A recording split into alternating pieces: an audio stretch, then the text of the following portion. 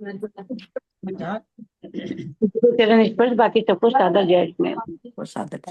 संयुक्तम नित्यम ध्यायन्ति योगिनः कामदम मोक्षदम चैव ओंकाराय नमो नमः। अविरल शब्द का नौका प्रचारि सकल भूतल कलंका मुनि विरूपासित तीर्था सरस्वती हरकुम दूरितम अज्ञानतिमिराधानां ज्ञानांजन शलाकया चक्षुरुन्मीलितं येन तस्मै श्री गुरुवे नमः। श्री परम गुरुवे नमः। परम्पराचार्य गुरुभ्यो नमः। सकल कलुष विध्वसकम श्रेषाम परिवर्तकम धर्म संबंधकम अभिजीवन प्रतिबोधकारकम पुण्य प्रकाश पापणासमिदं शास्त्रम श्री आदि पुराण ग्रंथराज नाम ध्येयम अस्य मूल ग्रंथ करता रह श्री सर्वज्ञ देवास्तर ग्रंथ करता रह श्री गंधर देवा प्रति गंधर देवा तेषां वचन सारता मासाध्य श्रीमती सुजिनसेनाचार्य विविचितम शास्त्र श्रोता रह सावधान तय शृण्वन्तु मंगलम भगवान वीरो मंगलम गौतमो गणी मंगलम कुंद कुंजादो जयंतर मंगलम सर्वमंगल मांगल्यम सर्व कल्याण कारकम प्रधानम सर्वधर्माणां जयनम जयतु जैनम जयतु शासनम जैनम जयतु शासनम सरस्वती नमस्तुभ्यं वरदे कामरूपिणी विद्यारंभं करिष्यामि सिद्धिर्भवतु मे सदा। बोलो संजीवनी माता की जय। परम मांगलिक ग्रंथ आदि पुराण ग्रंथराज की जय।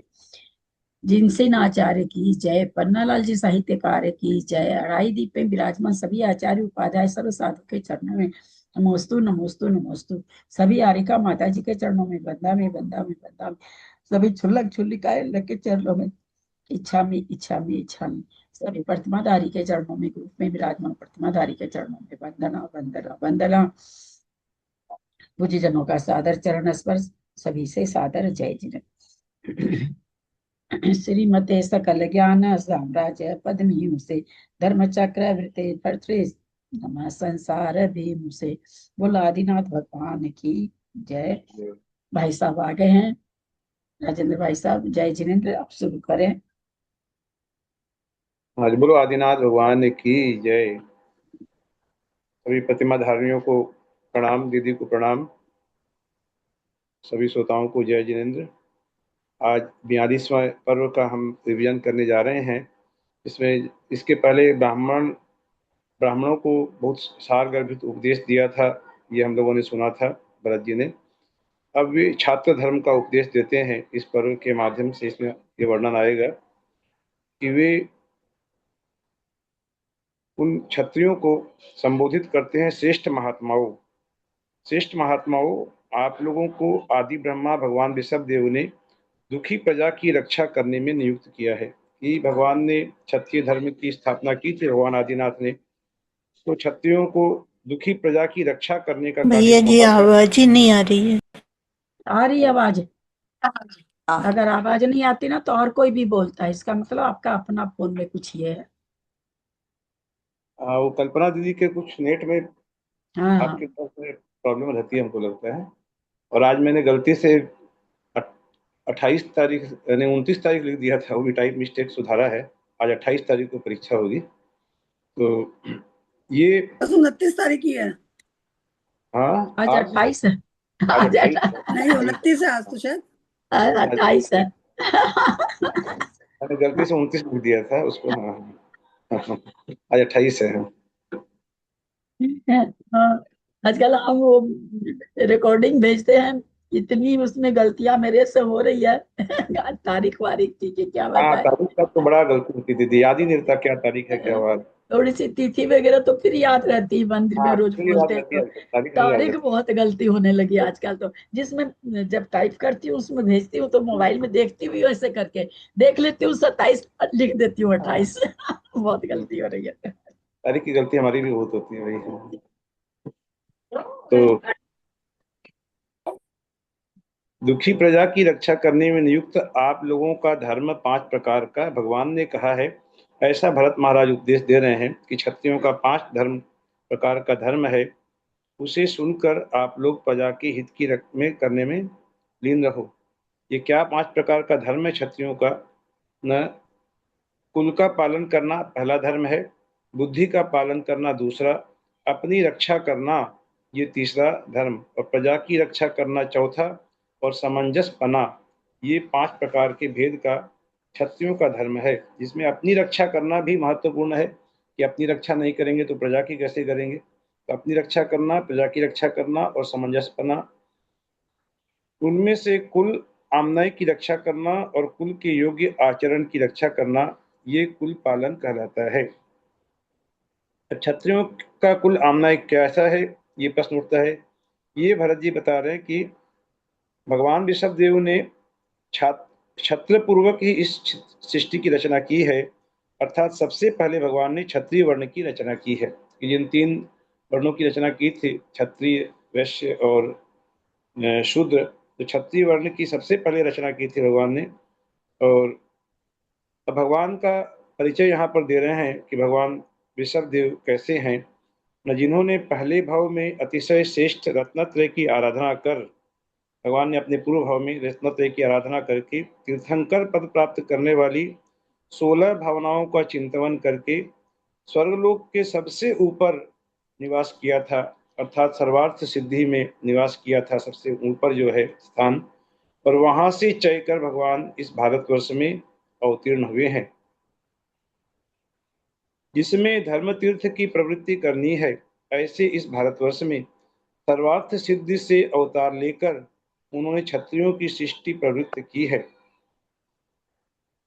वह क्षत्रियों की सृष्टि किस प्रकार की थी, किस प्रकार प्रवृत्त हुई थी, ये यदि प्रश्न उठता है, भगवान ने जो क्षत्रियों की सृष्टि की थी उसकी प्रवृत्ति किस प्रकार की हुई, तो समाधान ये है कि आज कर्म भूमि होने से, यद्यपि वह तीसरा काल चल रहा था, लेकिन तीसरे काल का अंत समय था, जबकि भोग भूमि कर्म भूमि में परिणत हो रही थी और कर्म भूमि हो गई थी, लगभग हो चुकी थी, तो कल्प वृक्ष सब नष्ट हो गए थे। तो ये करें कि आज कर्म भूमि होने से प्रजा 2 प्रकार की पाई जाती है, कि भोग भूमि में तो ये सब आवश्यकता नहीं रहती, लेकिन कर्म भूमि में प्रजा 2 प्रकार की है। वो क्या है कि एक तो वह जिसकी रक्षा करनी चाहिए और दूसरी वह है जो रक्षा करने में तत्पर है। प्रजा के 2 प्रकार के भेद बताए कि जो प्रजा की रक्षा करने में तत्पर है, उसी की वंश परंपरा को क्षत्रिय कहते हैं। कि क्षत्रियों का कर्तव्य क्या है, उनका धर्म क्या है, उनकी कुल आमना क्या है, प्रजा की रक्षा करना।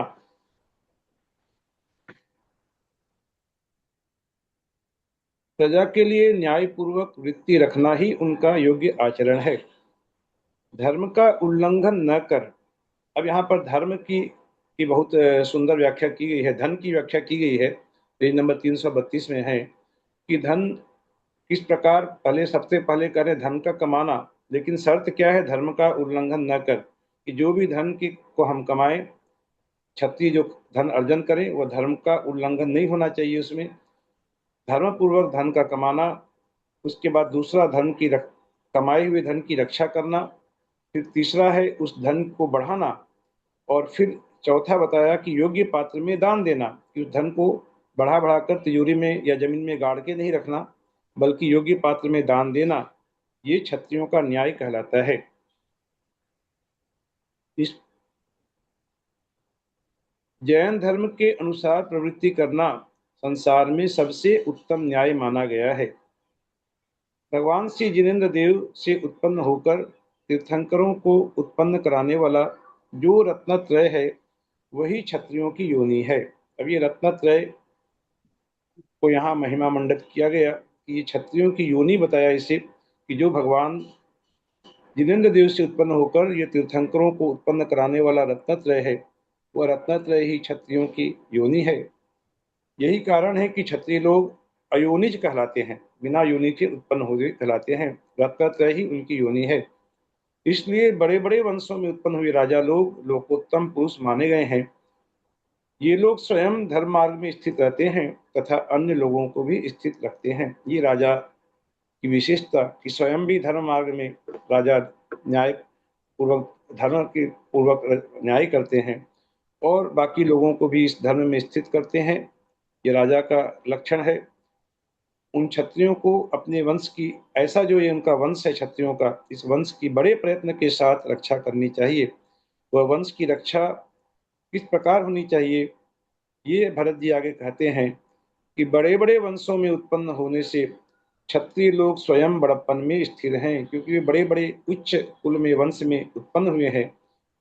इसके कारण ये बड़प्पन में स्थिर हैं और इसलिए उन्हें अन्य मतियों के धर्म में श्रद्धा रखकर उनके से साक्षात आदि ग्रहण नहीं करना चाहिए। ये क्षत्रियों की कुल आमना है कि अन्य मतियों के प्रभाव में न आए, उनके से साक्षात आदि ग्रहण न करें। अब यदि कोई प्रश्न पूछे कि उनके अन्य मतियों के से साक्षात ग्रहण करने में क्या दोष है, उसका उत्तर देते हुए कहते हैं भरत जी कि इससे अपने महत्व का नाश होता है और अनेक विघ्न या अनिष्ट आते हैं। अन्य मतावलंबियों को सिरोन्नति करने से, उनको यदि सिर पर हम चढ़ाएंगे अन्य मतावलंबियों को, तो उससे क्या होता है, अपने महत्व का नाश होता है कि हमारा इतना महत्वपूर्ण जो हमारा ये कुल है, हमारा वंश है, जिनेन्द्र देव की परंपरा से जो प्राप्त कुल है, इसके महत्व का नाश हो जाता है यदि अन्य मतावलंबियों को महत्व दिया जाए तो। जरूरत ही नहीं है बताने की, प्रकट में चल रहा है ना। हाँ हाँ, अभी तो चल ही रहा, सामने वही तो भोग रहे हैं सब। सब भोग ही रहे हैं। तो उनके से साक्षात आदि लेने से अपनी निकृष्टता हो सकती है। अब ये भी संभव है कि कोई द्वेष करने वाला पाखंडी राजा, जो कि क्षत्रिय है, राजा क्षत्रिय वंश का है, उस राजा के सर पर कोई द्वेष करने वाला पाखंडी उसके सिर पर विष पुष्प रख दे तो राजा का नाश हो सकता है। कोई वशीकरण यहाँ पे एक मिनट, यहाँ पे शेषाक्षत से क्या मतलब हुआ इस जगह? शेषाक्षत कहते हैं जो पूजा में जो बचे हुए द्रव्य होते हैं ना, हम लोग जब पूजा करते हैं थाली में थोड़े बहुत जो द्रव्य बच जाते हैं अंत में, उसको शेषाक्षत कहते हैं। तो ये परंपरा है कि शेषाक्षत को अपने सर पर धारण करना चाहिए। भगवान की पूजा करने के बाद जो अक्षत बचते हैं उसको अपने सिर पर धारण करना चाहिए। आजकल लोग, बहुत कम लोग ऐसा करते हैं, लेकिन यही सी परंपरा है। तो आचार्य महाराज यही कह रहे हैं कि अन्य मतावलंबियों के शेषाक्षत यदि उनकी पूजा के कोई द्रव्य यदि हैं तो उन्हें मत मने नहीं धारण करना है, इससे अपने महत्व का नाश हो जाता है। और ये भी हो सकता है कि कोई द्वेष करने वाला वशीकरण करने के लिए राजा के सिर पर वशीकरण पुष्प रख दे तो राजा पागल के समान आचरण करने लगेगा, उसके वश में हो जाएगा। इसलिए राजा को उनके शेषाक्षतों से दूर रहना चाहिए, उनका परित्याग करना चाहिए। अगर ऐसा न करे तो राजा के कुल में, क्षत्रिय के कुल में हीनता हो सकती है। पेज नंबर 333 में है कि ये राजा लोग भाई साहब आपने जो 17वें नंबर पे पढ़ा था ना कि ये अन्वतियों के धर्म में श्रद्धा रखकर उनके शिक्षात आदि ग्रहण नहीं करने चाहिए, मतलब ऐसे अपने शिक्षात तो ये जो पूजा करते हैं उसके बाद चावल वगैरह का होता है ना, तो मतलब इसमें शिक्षात का क्या मतलब लेंगे? माने वे भी तो अपने तरीके से पूजा कर रहे हैं ना, अन्यमति वाले भी तो। आप 17वें श्लोक के बारे में पूछ रहे हैं ना, 17वें श्लोक में जो लिखा है, हाँ हाँ हाँ हाँ। उन क्षत्रियों को सब प्रकार के प्रयत्नों से अपने वंश की रक्षा करनी चाहिए। ये रक्षा कैसे करनी चाहिए ये आगे कहा, 17वें में पढ़ता है, आगे कहता हूँ। फिर 18वें में कह रहे हैं कि बड़े बड़े वंश में उत्पन्न होने से क्षत्रिय लोग अपने बड़प्पन में स्थित हैं, इसलिए उन्हें अन्य मतियों के धर्म में श्रद्धा रखने की जरूरत नहीं है, उनके से साक्षात आदि ग्रहण नहीं करना चाहिए। कि अन्य मति जो अपने तरीके से जो पूजा आदि करते हैं उनके से साक्षात यदि ग्रहण करने लग जाएंगे तो फिर सम्यक दर्शन का अभाव हो जाएगा। आशीर्वाद, आशीर्वाद आत्मक चीज है ना, लास्ट में सभी धर्म में दी जाती है। पूजा के बाद सभी धर्म में अपने अपने हिसाब से कहीं फूल देते हैं, कहीं फल देते हैं, सभी धर्म में दिया जाता है। वो तो जल चढ़ाते हैं माथे के ऊपर में, वो दूब आदि से लेके जल चढ़ा देते हैं। शेषाक्षत अपने इसलिए अपना अक्षत से ही पूजा करते हैं अपने लोग, तो इसलिए वो शेषाक्षत कहला रहा है। शेषाक्षत से वहां मतलब जिस धर्म में जो दिया जाता हो, जो दिया है पूजा के बाद जो दिया जाता है वो, जैसे चरणामृत दिया जाता है सनातन में ना, चरणामृत देते हैं कहीं पर, कहीं पर दूध का चरणामृत देते हैं, प्रसाद करके मान लीजिए आपको मिठाई आदि दे दी जाती है, कहीं पर पुष्प दे देते हैं, कहीं चावल भी देते हैं, है ना। तो पूजा के बाद में आशीर्वाद रूप में पंडा वगैरह जो रहता है ना, तो आशीर्वाद के रूप में देता है। तो वो लगा सभी धर्म में जो दिया जाता है वही उसका शेषाक्षत है, वही उसका साक्षात होता है।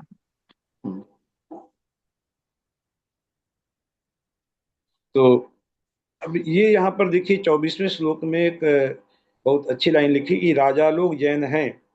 मतलब कि उस समय में जो जितने राजा होते थे वे जैन ही होते थे, सब राजा जैन होते थे उस भगवान आदिनाथ के समय में। तो लिखा है यहाँ पर राजा लोग जैन हैं, इसलिए अरहंत देव के चरणों की सेवा करने वाले उन राजाओं को अरहंत देव के से साक्षात आदि ग्रहण करने की अनुमति देना यही न्याय युक्त है, क्योंकि इससे पाप का क्षय होता है। रत्नत्रय की मूर्ति होने से जिस प्रकार अन्य तीर्थंकर भगवान ऋषभदेव के वंशज कहलाते हैं, रत्नत्रय की मूर्ति होने से जिस प्रकार अन्य तीर्थंकर भगवान ऋषभदेव के वंशज कहलाते हैं, उसी प्रकार ये राजा लोग भी रत्नत्रय की मूर्ति होने से, कि माने राजा जो हैं, मतलब जो राजा है वो बहुत धर्मात्मा है और वो राजा रत्नत्रय की मूर्ति स्वरूप है, ऐसा माना जाता है। तो ऐसा होने से भगवान ऋषभदेव के वंशज राजा लोग भी कहलाते हैं। अब एक वंश में उत्पन्न होने से ये सब आपस में एक गोत्र वाले भाई बंधु ठहरते हैं, इसलिए राजाओं को अपने एक गोत्री जिनेंद्र देव के, क्योंकि जिनेंद्र देव का जो गोत्र है वही गोत्र राजाओं का है, तो एक गोत्री राजेंद्र देव के से साक्षात आदि का ग्रहण करना ही उचित है। जिस प्रकार कुल पुत्रों को गुरुदेव के सिर पर धारण की हुई माला मान्य होती है, उसी प्रकार जिनेंद्र देव के चरणों के स्पर्श से सुशोभित हुई माला आदि भी राजाओं को मान्य होनी चाहिए। जो क्षत्रिय नहीं है वे भी दीक्षा लेकर यदि सम्यक चारित्र धारण कर लेते हैं तो क्षत्रिय ही हो जाते हैं। यहाँ पर भी ये कहा कि कुल से क्षत्रिय नहीं भी है तो उन्होंने दीक्षा ले ली और सम्यक चारित्र को धारण कर लिया तो वे भी क्षत्रिय कहलाते हैं। एक बार इसलिए जरा सा ये जहाँ पढ़े पढ़े आपने पढ़ा है कि माला जिनेंद्र भगवान के चरणों में चढ़ी माला लेना चाहिए, उसका संस्कृत देखिए ना जरा सा। ये तो दीदी यहाँ पर ये मैंने अंडरलाइन भी कर रखी है लाइन जो आपने कही, इसका संस्कृत में लिखा है 26 नंबर में, यथा ही कुल पुत्राणाम माल्यम गुरु शिरोद्धतम। ये कहा है ना? कि हाँ, हाँ, ये आ तो गया वो। नहीं, बहुत से लोग वो फूल से छू जाता है, गंधोदक तो नहीं लेते हैं। हाँ, यहाँ पर स्पष्ट लिखा है हजारे कि का मान्य ग्रंथ है। में बंद करें अपने को, बंद अपने को म्यूट करें कि जिनका खुला है। तो इसीलिए मैं कही कि भाई असल में पन्नालाल जी साहित्यकार तो क्या थे, विस्पंती थे ना। यहाँ पर तो मैं वो चर्चा करना चाहता था दीदी, यही की बात जो आप कह रही है कि जिनेंद्र देव के चरणों के स्पर्श से सुशोभित हुई माला, यहाँ पर विधान साफ लिखा है कि जिनेंद्र देव के चरणों से माला को स्पर्श करने का यहाँ विधान लिखा है, और उस माला को राजाओं को वह राजा मान्य होती है, ऐसा लिखा है। और संस्कृत में भी ये लिखा है, हाँ, संस्कृत में लिखा, आपने पढ़ा, मैं समझ गई। संस्कृत में 26 नंबर में कि मान्यमेवं जिनेन्द्रांग घ्री स्पर्शान माल्यादि भूषितम। मान्यमेवं जिनेन्द्रांग घ्री, घ्री का अर्थ क्या हुआ? चरण। जिनेन्द्रांग घ्री स्पर्शान माल्यादि भूषितम, ये लिखा है। साफ लिखा था, बिल्कुल साफ लिखा है। बिल्कुल साफ लिखा है कि जिनेंद्र देव को माला आदि चढ़ाने का भी, उनके चरणों में माला चढ़ाने का भी यहाँ जो एकदम साफ साफ लिखा है कि माला आदि भी चढ़ती हैं, और वे मालाएं बाद में चढ़ने के बाद में हम लोगों को अपने गले में धारण करना चढ़नी ऐसा चाहिए कि भगवान के चरणों के स्पर्श से भी एक फूल गिर गया तुम गंधोदक की नहीं लेते हैं, वही माला जिनेंद्र भगवान के चढ़ के, तो फिर इतना ये सब चीज आजकल नाटकबाजी हो रहा धर्म में कि भगवान के चरणों के स्पर्श में अभी भी तो चढ़ाया है माला। हाँ, अभी मतलब 5-7 दिन पहले ही शरणवेल गोला में चढ़ाया है भगवान के चरणों में माला। वहाँ तो चढ़ाते हैं अंजना भाभी, शरण बिलगोला में तो चढ़ाते ही हैं।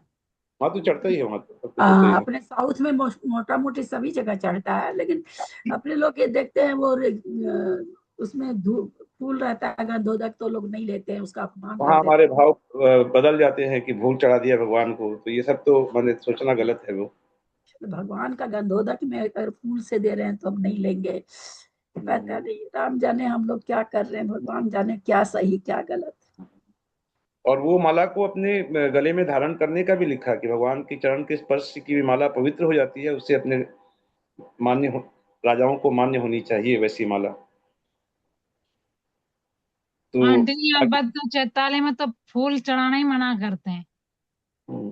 फूल चढ़ाने क्या, नारियल चढ़ा देते हैं तो मंदिर में कोहरा, किसी मंदिर में कोहराम मच जाता है नारियल चढ़ाने से। हाँ, कि पानी का नारियल नहीं होना चाहिए। बोलो नारियल यहाँ चढ़ा और भगवान वहां बैठे, उनको क्या हो गया भाई? कहाँ अपवित्र हो गया? हमको तो समझ नहीं आता। वही बात है ना, ज्ञान की कितनी कमी है, देखिए क्या होगा, क्या उपाय। ऐसे हम लोग भी वैसे ही हैं, हम लोग कौन से कम है, हम लोग कम नहीं है। आपने जो दीदी ये प्रश्न उठाया ना, तो मेरे को लगा था कि इसके ऊपर थोड़ी चर्चा करूं, लेकिन मैं देखा कि एक तो बहुत विस्तार है आज, और उस कारण से मैं थोड़ा आगे बढ़ गया। लेकिन अच्छा किया आपने उसको टोक करके वापस से इसको क्लियर किया, बहुत अच्छा हुआ ये। सामने जिनसेन आचार्य का ग्रंथ है, कोई हम संकलन नहीं पढ़ रहे हैं, जो कि आज हम्म। बच्चे ने शायद, इन्होंने शायद, मुझे जहां तक याद आता, हो सकता मैं गलत हूँ, एक आचार्य के लिए आता तो जिन्होंने कपड़े ही नहीं पहने और 8 बरस की उम्र में या 9 बरस की उम्र में दिगंबर मुनि बन गए थे। हम उनका जिनसेन के लिए ही आता है, जिनसेनाचार्य का के था। लिए आता है वो। तो जिनसे भी तो उनका ही तो पढ़ रहे हैं अभी, और क्या, जिनसे नाचारी तो पढ़ रहे हैं, जिनसे नाचारी का ही ग्रंथ है। तो वो वही ऐसा वर्णन छोटे मोटे आचार्य का पढ़, इसीलिए मैंने उनको संस्कृत कहा, क्योंकि टीकाकार जो पन्नालाल जी साहित्यकार है वो 20 पंथी थे। तो हम कहे जी जैसा संस्कृत तो पढ़िए, कई हो सकता है ना, कई बार मन से भी आदमी, भाई जो टीकाकार का मतलब यही है कि वो अपने मन को उसमें लिखेगा, ये उसका धर्म है, अब गलत नहीं है वो। हम इसीलिए उनको कहे कि आप एक बार हमको संस्कृत हाँ, सुनाए। हाँ।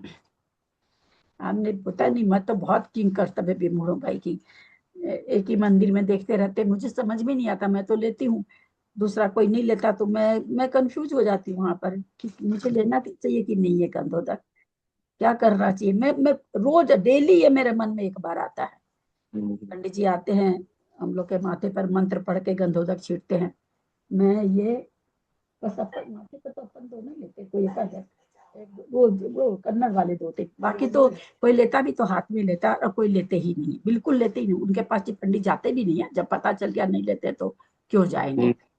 तो रोज मेरे मन में ये आ जाता है कि एक आदमी तो गलत है इसमें, कौन गलत है मुझे पता नहीं, मैं भी गलत हो सकती हूँ, लेकिन अब जिनसे नाचार्य को पढ़ के तो मैं अपने को गलत मान नहीं सकती। कोई एक बात तो जैसे होता है ना, बहुत सारी चीजें, धौला जी में खुद वीर से नाचार्य बहुत जगह दो बात आई है तो वो कहे भाई कि मैं इसमें कुछ नहीं बोल सकता, मैं मुंह नहीं खोल सकता, क्योंकि अवधि ज्ञानी मुनिराज की अभी है नहीं, तो मैं मुंह नहीं खोल सकता। तो वही चीजें, इस दोनों में कोई एक परंपरा तो गलत है ही है ना, हमारे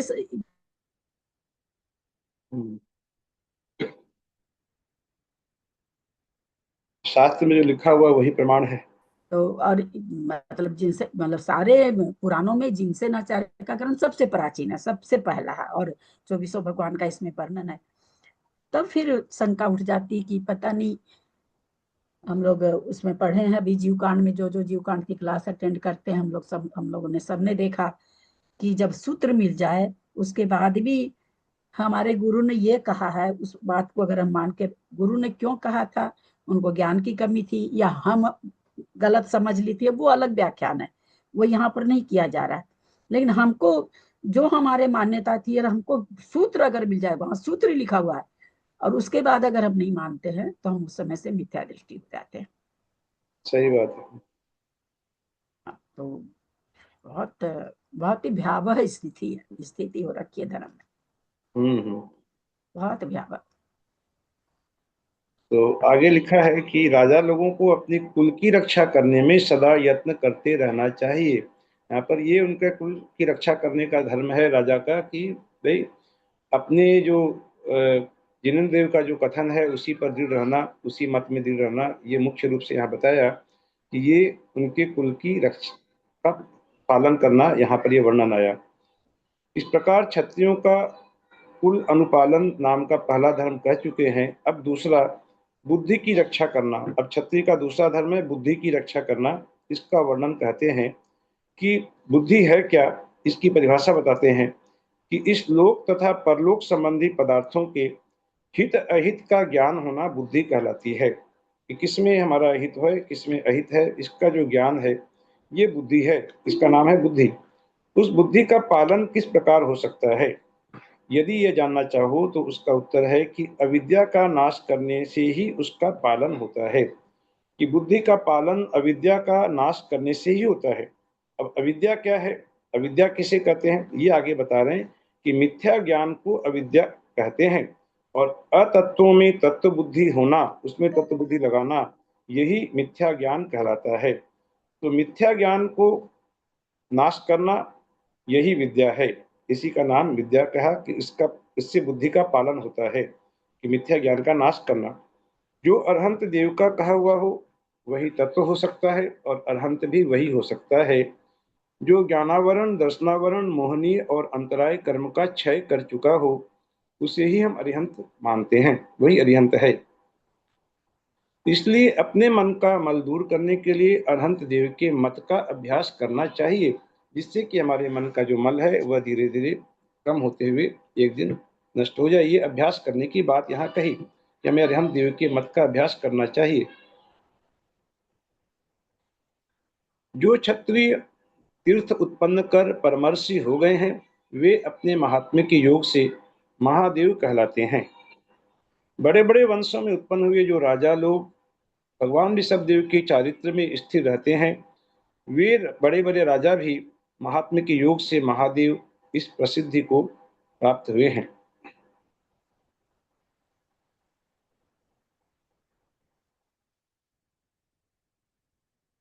ऐसे पुरुषों की स्त्रियां भी बड़े पुरुषों के साथ संबंध होने से, बड़े पुरुषों के द्वारा विवाहित होने से और महापुरुषों को उत्पन्न करने के कारण ये स्त्रियां भी महादेवियां कहलाती हैं। कि ऐसे जो लोग जो भगवान ऋषभदेव के चारित्र में स्थित रहते हैं, वे भी महादेव की प्रसिद्धि को प्राप्त हुए हैं और उनकी स्त्रियां महादेवियां कहलाती हैं। राग द्वेष आदि दोषों से रहित होने के कारण एक अरहंत देव ही आप्त हैं। राग द्वेष आदि विषयों से रहित हैं, इसलिए अरहंत देव वही आप्त कहलाते हैं। बाकी जो अन्य देव हैं वे झूठ मूठ ही अपने को आप्त मानते हैं, क्योंकि उनमें वाणी, आत्मा और भाग्य के अतिशय का कुछ भी निश्चय नहीं है। जिनेंद्र भगवान की वाणी आदि के अतिशय से सहित हैं। जिन भगवान वाणी आदि के अतिशय से सहित हैं, माने दिव्य वाणी उनकी कीर्ति है, ये उनका अतिशय है। और सबका हित करने वाले हैं, हितोपदेशी हैं, समस्त पदार्थों को साक्षात देखने वाले हैं। जैसा हम जानते हैं कि सब जिसने राग द्वेष काम आदि के जीते सब जग जान लिया, ऐसे अध्ययन भगवान हैं, परमिष्ठी हैं, परमात्मा हैं, इसलिए वे ही आप्त हो सकते हैं। भगवान अरहंत देव अपनी एक दिव्य वाणी के द्वारा समस्त सभा को संतुष्ट करते हैं। ये उनकी वाणी का अतिशय जानना चाहिए कि जिस सभा में ऐसे इतने लोग आकर के विशाल जनसभा जो धर्म सभा जो उनकी है, और उसमें सब संतुष्ट होते उनकी वाणी को सुनकर, ये एक बहुत बड़ा अतिशय है कि कोई असंतुष्ट हो, उसे संतुष्टि नहीं मिली उस वाणी को सुनकर, ऐसा कोई जीव वहां नहीं होता। इसी प्रकार ज्ञानावरण, दर्शनावरण, मोहनीय और अंतराय कर्म के अत्यंत क्षय हो जाने से उनके अनंत ज्ञान, अनंत दर्शन, अनंत सुख और अनंत बल की समीपता प्रकट होती है। वही उनकी आत्मा का अतिशय है। एक तो बताया वाणी का अतिशय कि समस्त सभा संतुष्ट होती है, और उनकी आत्मा का अतिशय जो उनका अनंत चतुष्ट है, ये उनकी आत्मा का अतिशय है। और 8 प्रतिहारी रूप विभूति प्राप्त होती है, समो शरण भूमि की रचना होती है, 12 सभाएं होती हैं। ये सब अरिहंत भगवान की भाग्य का अतिशय है। 3 अतिशय बताए, वाणी का अतिशय, आत्मा का अतिशय और भाग्य का अतिशय, जो किन्हीं दूसरों में न पाए जाने वाले इन वाणी आदि के अतिशयों से सहित हैं, जो कि दूसरे में नहीं पाया जाता ऐसा अतिशय, कहते ऐसे अतिशय और कहीं ना होता है। तो जो कृतकृत्य हैं, ऐसे भगवान अरहंत परमिष्ठी संसार के गुरु हैं। इस प्रकार आप्त के द्वारा कहे हुए इस छात्र धर्म का स्मरण करते हुए क्षत्रियों को अनाप्त पुरुषों के द्वारा कहे हुए अन्य मतों से अपने वंश को अलग करना चाहिए। इस प्रकार जिनमें आत्मा का हित नहीं है, अर्थात जो अन्य मतियों की जो शास्त्र हैं जहां आत्मा का हित नहीं है, जिनमें आत्मा का हित नहीं है, ऐसे आचरण से अपनी बुद्धि की रक्षा की जा सकती है। इसमें लिखा इस प्रकार जिनमें आत्मा का हित नहीं है, ऐसे आचरण से, यहाँ कुछ टाइप मिस्टेक लग रहा है दीदी यहाँ पर, जिनमें आत्मा का हित है, ऐसे आचरण से अपनी बुद्धि की रक्षा की जा सकती है, ऐसा होना चाहिए। यहाँ लिख दिया आत्मा का हित नहीं है। संस्कृत पढ़ूं क्या एक बार? नहीं नहीं होगा वहां पर, नहीं, हटा दीजिए। नहीं हटा जाएगा, नहीं गलत आ गया है, नहीं को एक बार हाँ।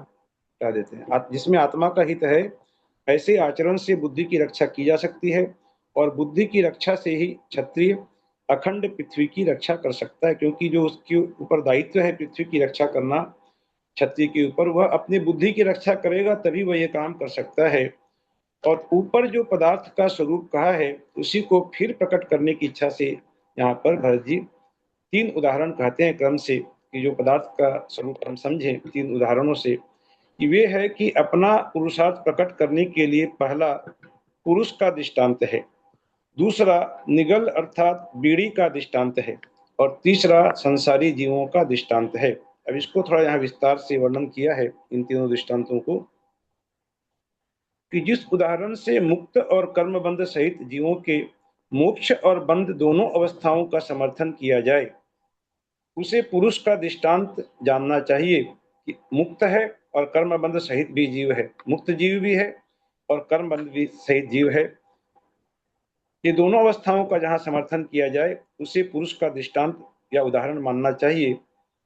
यह संसारी जीव सुख प्राप्त करने की इच्छा से इंद्रियों से उत्पन्न हुए ज्ञान, दर्शन, वीर्य, सुख और सुंदरता को शरीर रूपी घर में अनुभव करने का प्रयत्न करता है। पहले कर्मबंध सहित जो जीव हैं उनकी बात बता रहे हैं, कि संसारी जीव इस प्रकार इंद्रियों की सहायता से सुख पाना चाहता है, लेकिन मुक्त जीव ऐसा नहीं करता।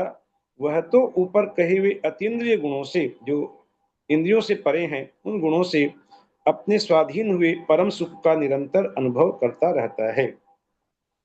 इनमें से ऐन्द्रियक ज्ञान वाला, अर्थात इंद्रियों से जो ज्ञान होता है, वह संसारी जीव अल्प ज्ञानी होने से शास्त्रों का ज्ञान प्राप्त करने के लिए ज्ञान का चिंतन करने वाले अन्य पुरुषों का आश्रय लेता है, क्योंकि उसका ज्ञान इंद्रियों से उत्पन्न है, वह अल्प ज्ञानी है, इसलिए उसे शास्त्र का ज्ञान प्राप्त करने के लिए वह गुरु आदि का आश्रय लेता है। और इसी प्रकार जिसके इंद्रियों से देखने की शक्ति है, वह कुछ पदार्थों को ही देख सकता है जो नजदीक के आसपास के हैं, उतनी ही उसकी शक्ति है। वह दूर के पदार्थों को देखने के लिए सदा उसकी चाहना बनी रहती है। और जिसके इंद्रियों से उत्पन्न हुआ वीर्य है, वह किसी इष्ट कार्य को स्वयं नहीं कर सकता, बल्कि दूसरे की सहायता की अपेक्षा चाहता है, क्योंकि उसका वीर्य भी बहुत सीमित है, इंद्रियों से उत्पन्न हुआ है। और जिसके इंद्रिय जनित सुख है, इंद्रिय जनित जिसके सुख है, ऐसा पुरुष काम भोग आदि से अत्यंत उत्कंठित होता हुआ इंद्रियों की तृष्णा से पराधीन सुख की इच्छा करता है। आभूषण आदि धारण कर अपने शरीर की सुंदरता को बढ़ाना चाहता है।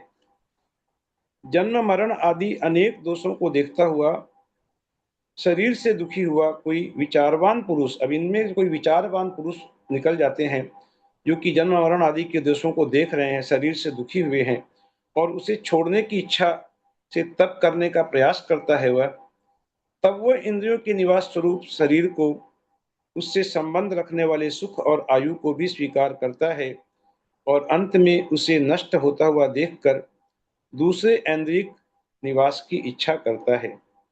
यहाँ भावार्थ बताया कि तपश्चरण करने का पुरुष, इच्छुक पुरुष, यद्यपि शरीर को हेय मानकर छोड़ना चाहता है कि शरीर हेय है, लेकिन फिर भी साधन समझकर उसे स्वीकार करता है कि शरीर ही उसके तप करने का साधन है, इसलिए वो उसे स्वीकार भी करता है, हेय भी मानता है, छोड़ना भी चाहता है, लेकिन साधन समझकर उसे स्वीकार भी करता है।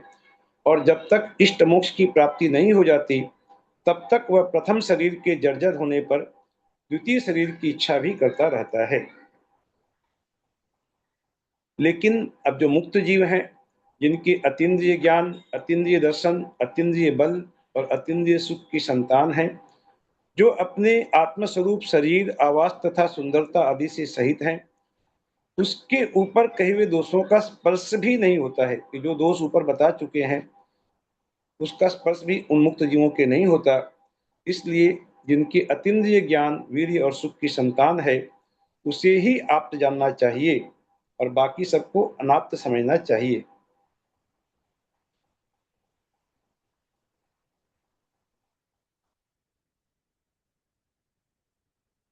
जिसके अतीन्द्रिय ज्ञान है, ऐसा पुरुष किसी दूसरे शास्त्र के अर्थ का आश्रय नहीं लेता, किंतु केवल ज्ञान रूपी निर्मल नेत्रों को धारण करने वाला और तीनों कालों के सब पदार्थ। यहाँ पर लिखा हुआ है ऊपर से, जो अभी ऊपर कहे हुए दोष माने जन्म मरण आदि दोष, वो है क्या? ये जो दोष बताए ना कि भाई ये पराधीन सुख की इच्छा करता है, ये सब जो इच्छा करता है, सुख को इंद्रियों के सुख चाहता है, ये सब दोष है। अच्छा। इंद्रियों से उसका दर्शन है, इंद्रियों से उसका ज्ञान है, उसका जो जो ज्ञान दर्शन और सुख की जो अभिलाषा है, दोष धातु और मल के स्थान रूप इंद्रिय जनित को शरीर को धारण करता है, भोजन और औषधि आदि के द्वारा उसकी रक्षा करने में सदा व्याकुल रहता है। ये भी लिखा है ना, शरीर की रक्षा करने में सदा व्याकुल रहता है। जन्म मरण आदि अनेक दोषों को देखता हुआ शरीर से दुखी हुआ कोई विचारवान पुरुष, अब ये तो आगे मैं कह दिया, ये यहाँ व्याकुल रहता है कि वह औषधि आदि के द्वारा शरीर की रक्षा करने में उसकी व्याकुलता रहती है, उसी में उसका जीवन गुजर जाता है। इन सबको दोष कहा यहाँ पर। दोषों, बहुत दोष हो गया है ना। ठीक। तो जिसके अतीन्द्रिय दर्शन है, ऐसा जीव कभी अपूर्व पदार्थ को देखने की इच्छा नहीं करता, क्योंकि जो एक साथ समस्त पदार्थों को देख सकता है, उसका न देखा हुआ कोई पदार्थ है ही नहीं, तो वो क्या इच्छा करेगा। और जिसकी इच्छाई अनंत वीर्य है, वह किसी अन्य जीव की सहायता नहीं चाहता, क्योंकि वह स्वयं कृतकृत्य होकर लोक के अग्र शिखर पर सिद्धालय में जा पहुंचता है। इस प्रकार अतीन्द्रिय सुख को धारण करने वाला इसी प्रकार अतीन्द्रिय सुख को धारण करने वाला पुरुष भी भोगों से उत्कंठित नहीं होता। जिस प्रकार जो बंधन से बंधा हुआ जीव है, भोगों की वांछा करता है, उत्कंठित होता है, वह पराधीन सुख की इच्छा करता है, वैसी इच्छा ये मुक्त जीव नहीं करता, क्योंकि उसे भोग करने योग्य वस्तुओं की चिंता ही कभी नहीं होती।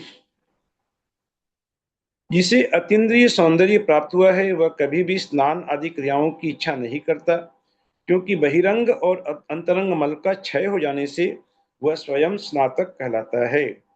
ये भगवान का 1008 नाम में एक नाम आया था स्वातक, तो स्नातक कहलाता है, और उसका आत्मा निरंतर शुद्ध रहता है। जिसके जन्म जरा और मरण नष्ट हो चुके हैं, वह कभी तप की इच्छा नहीं करता, तथा जो आत्मा रूपी घर में सुख से स्थित रहता है, वह कभी दूसरे आवास की इच्छा नहीं करता। उसे शरीर रूपी आवास की इच्छा नहीं होती, वह आत्मा रूपी घर में वह सुख से स्थित है। जो स्वाभाविक रूप से अपना इष्ट प्राप्त करने के लिए समर्थ नहीं है, वह काम रूपी विकृत रूप से कैसे सुखी हो सकता है।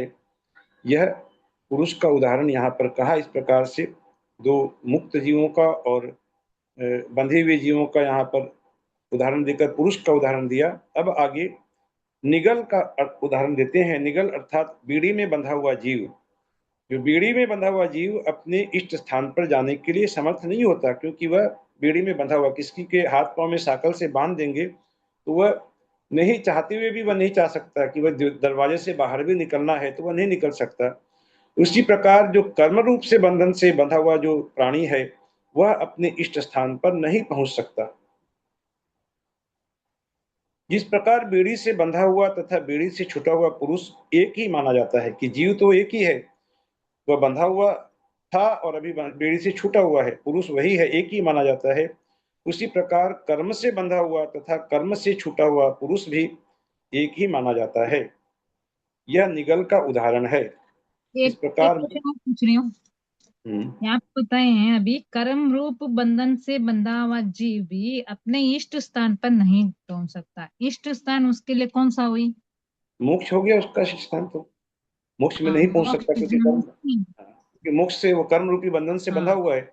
जब तक कर्म नष्ट नहीं होंगे मोक्ष प्राप्त नहीं होगा, वही उसका स्थान है। हम तो सभी, हम लोगों का इष्ट स्थान है, मोक्ष जाना चाहते हैं हम लोग सभी, लेकिन कहाँ जा सकते हैं, क्योंकि कर्म भी है हमारे ऊपर, हमसे बंधे हुए हैं। थोड़ा हमें यही क्लियर करना था, इष्ट स्थान माने हाँ मोक्ष ही हुआ है ना, इसीलिए पूछ रही थी। हाँ, मोक्ष ठीक हुआ। है। हाँ, तो ये निगल का उदाहरण दिया। इस प्रकार मुक्त और संसारी आत्माओं को प्रकट करने के लिए ये दो उदाहरण कहे। अब उक्त कथन को दृढ़ करने के लिए संसारी जीवों का उदाहरण कहना चाहिए।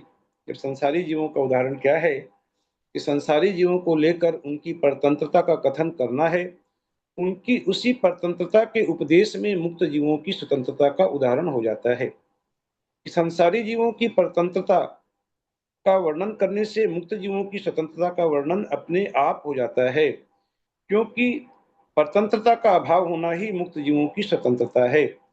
कि कोई परतंत्र है, कोई स्वतंत्र है। तो ये स्वतंत्रता का महत्व किस लिए है? क्योंकि मुक्त जो संसारी जीव से बंधे माने हुए क्या जीव होता हैं। है? परतंत्रता माने पराधीन है, कर्मों से पराधीन है, कर्मों से बंधे हुए हैं, ये परतंत्रता हुई।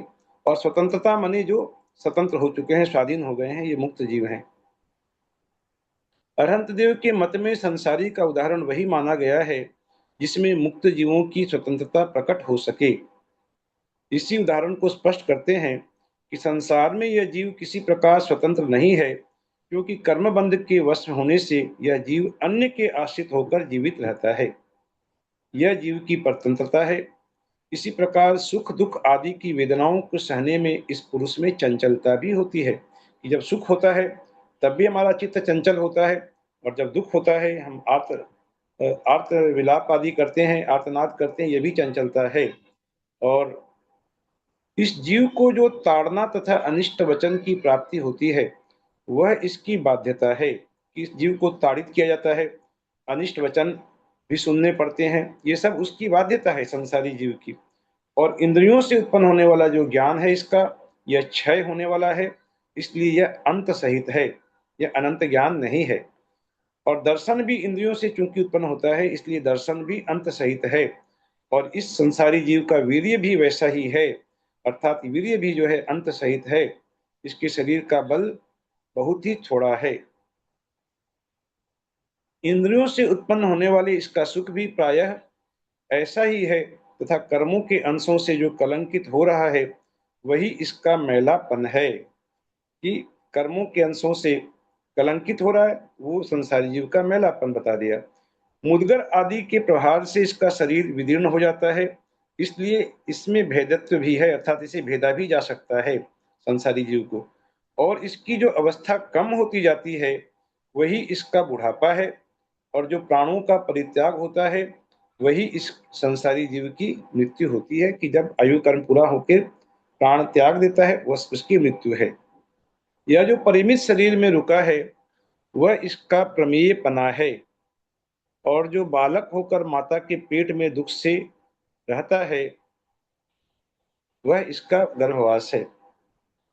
फिर से पढ़ रहा हूं कि यह जो परिमित शरीर में रुका रहता है, कि जो परिमित शरीर है, हमारा एक सीमित शरीर है भाई, 3.5 हाथ का जो शरीर है, इस शरीर में यह जीव रुका हुआ है, यह इसका प्रमेय पना है। ये प्रमेय पना का अर्थ दीदी क्या लेंगे यहाँ पर? प्रमेय पना है माने ये इसके प्रमाण का विषय है, ऐसा कह सकते हैं। यही इसके प्रमाण का विषय है जिसका बोध कराया जा सकता है। यह परिमित शरीर में संसारी जीव रुका हुआ रहता है। प्रमेय मतलब बोध ही कराना होता है। हाँ? प्रमेय मतलब बोध कराना ही होता है। बोध कराना, कि इसका बोध कराया जा सके। हाँ। हाँ हाँ। और जो बालक होकर माता के पेट में दुख से रहता है वह इसका गर्भावास है। या फिर कर्म नो कर्म रूपी गर्भ में जो इसका परिवर्तन होता रहता है वह इसका गर्भवास है। एक शरीर में दूसरे शरीर में जो संक्रमण करना है वह इसकी विलीनता है। कि संसारी जीव विलीन हो जाता है मृत्यु होने पर, और एक शरीर से दूसरे शरीर में संक्रमण करता है, इसे कहा उसकी विलीनता।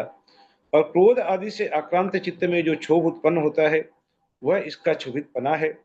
नाना योनियों में परिभ्रमण करना इसका विविध योग कहलाता है। पना मने हाँ, शोभ उत्पन्न होता है। शोभ मने क्या हो गया है? बस शोक। तो माने क्रोध आदि से चित्त में एक हो जाता है ना, कैसा एकदम आलोड़न हो जाता है चित्त में। मान लीजिए क्रोध की स्थिति हो गई, उस समय चित्त आकुल व्याकुल हो जाता है एकदम से, उसी को कहा क्षोभ होना। एकदम शोभ आलोड़न हो जाता है चित्त में, क्रोध आदि होने से उसके चित्त में मने क्षोभ उत्पन्न व्याकुल होता है। होना। हाँ? शोक मने व्याकुल। व्याकुल भी बोल सकते हैं, व्याकुल होना, उद्विग्न होना, आलोड़न होना चित्त में, वो शोक विवेकहीन हो नहीं है, जाना। वो शोक शोक बोल रही। क्षोभ है, क्षोभ क्षोभ उत्पन्न होना होता है। शोभ हाँ, शोभ क्षोभ होना। क्षोभ है, हाँ क्षोभ है। शोभ। क्षोभ उत्पन्न होता है, उसे बताया वो उसका क्षुभितपना है। और चारों गतियों में परिवर्तन करते रहना इस जीव का संसारवास कहलाता है। प्रत्येक जन्म में ज्ञान आदि गुणों का अन्य अन्य रूप होते रहना असिद्धता कहलाती है। कि प्रत्येक जन्म में ज्ञान आदि जो गुण है वे गुण अलग अलग रूप होते हैं, ये उसकी असिद्धता कहलाती है कि वह सिद्ध रूप नहीं है, वह सिद्धता उसकी है। इस प्रकार संसारी जीवों के जो विनश्वर भाव हैं वे मुक्त जीवों के नहीं हैं, उनके सारे भाव अविनश्वर हैं। मुक्त जीवों के उन भावों में आत्मस्वरूप की प्राप्ति होने से परद्रव्य की अपेक्षा से रहित जो सर्वश्रेष्ठ स्वतंत्र पना है वही उसका पहला भाव है। मुक्त जीवों के उन भावों में आत्मस्वरूप की प्राप्ति होने से उन्हें आत्मस्वरूप की प्राप्ति हो गई है, परद्रव्य की अपेक्षा से वे रहित हैं और सर्वश्रेष्ठ स्वतंत्र पना उनमें है, इसे बताया उनका पहला भाव है। सुख दुख आदि की वेदना से होने वाले प्रभाव का अभाव होने से जो अचंचलता होती है, चंचलता नहीं है, ये उनकी गंभीरता है। और कर्मों के क्षय से जो अतिशयों की प्राप्ति होती है वही उनका अविनाशी अक्षय पना है। एक मिनट, एक क्वेश्चन पूछ लेती हूँ। हाँ, जैसे यहाँ पे लिखा है मुक्ति जीवों के उन भावों में माने क्या होता है यहाँ पर? उन भावों में ये कौन सा नंबर श्लोक पढ़ रहे हैं आप? 96 97 चल रहा है जी। मुक्ति बता जीवों इस के प्रकार, उन इसके भावों पढ़ना में पड़िए। इस प्रकार संसारी जीवों के जो विनश्वर भाव हैं वे मुक्त जीवों के नहीं है, उनके सब भाव अविनश्वर हैं। पहले बता दिया कि उनके सारे भाव जो है मुक्त जीवों के वे अविनश्वर हैं, नष्ट होने वाले नहीं हैं। उन भावों में पहला भाव बता दिया। कर्मों के क्षय होने से क्षयिक भाव होता है ना, क्षयिक सम्यक दर्शन, अनंत क्षयिक, वीर्य, ठीक है, वही उसी के लिए वहां पर कह रहे हैं। क्षयिक भाव, हाँ। क्षयिक भाव आ गए, उसमें पहला भाव ये बता दिया। और किसी भी जीव अथवा अजीव से इनको बाधा नहीं पहुंचती, ये उनका अव्याबादपना है। और समस्त संसार के सब प्राणियों, सब पदार्थों को एक साथ जानते हैं, ये इनका अनंत ज्ञानीपन है। समस्त तत्वों को एक साथ देखना इनका अनंत दर्शनपन है। और अन्य पदार्थ के द्वारा प्रतिघात का न होना इनका अनंत वीर्यपना है। कि किसी भी पदार्थ के द्वारा इनका घात नहीं हो सकता, ये इनका अनंत वीर्यपना है। बहिरंग और अंतरंग मल का नाश होना इनका निर्मलपना कहलाता है। क्योंकि संसार में ऐसा कोई पुरुष नहीं है जो स्वभाव से ही निर्मल हो और अनादिकाल से सिद्ध हो। कर्म रूपी मल के नाश होने से जीव के प्रदेश का घनाकार परिणमन होता है, वही इसका अच्छेद्यपना है। और उसी कर्म रूपी मल के नाश होने से इसके अभेद्यपना माना जाता है। कि संसारी जीव के बारे में तो बताया कि वह भेद्यपना भी है, छेद्यपना भी है, उसका शरीर विदीर्ण हो जाता है, उसे भेदा जा सकता है, छेदा जा सकता है। लेकिन मुक्त जीवों के लिए कह रहे हैं कि कर्म रूपी मल के उनके नाश हो गए हैं, तो जो जीवों के प्रदेशों का घनाकार परिणमन होता है वह इसका अच्छेद्यपना है। दीदी, ये घनाकार परिणमन क्या है, इसको थोड़ा सा समझाने की कृपा कीजिए। जीवों के प्रदेशों का घनाकार परिणमन कहा यहाँ पर। सिद्ध भक्ति में है ना, सबसे पहला शब्द शरीरा जीव घना, रोज पढ़ती हूँ शरीरा जीव घना ऊर्जिता दंसणीय नाणीय। हाँ नहीं यार, तो जीव सारे आत्म प्रदेश घनत्व रूप से हो जाते हैं। उसमें अब कोई बीच में कुछ भी नहीं रह गया आत्म प्रदेशों के बीच में। अभी हम लोग के शरीर में तो कारमान वर्गना कर्म परमाणु बैठे हैं ना आत्म प्रदेश के ऊपर, हर एक के ऊपर कर्म रूप में परिणत कर्म परमाणु भी है, विश्वरूप जैसे भी फिर सहित भी परमाणु है, तो सारे ऊपर नीचे हैं। और वो तो घनत्व रूप से केवल आत्मा के प्रदेश बचते हैं। तो ये इसका बताया, इसको अच्छेद्यपना और कर्म रूपी मल के नाश होने से इसका अभेद्यपना माना जाता है। मुक्त जीव का कभी नाश नहीं होता, इसलिए इसमें अक्षरता अर्थात अविनाशीपन है। अक्षर माने जो कभी क्षर नहीं हो, जिसका क्षय नहीं हो, क्षरण ना हो, ये अक्षरपना उसका है, अविनाशीपन है। और आत्मा से उत्पन्न हुए श्रेष्ठ युगों से अच्छेदपना और अभेदपना ये दोनों एक ही मीनिंग है कि कैसे?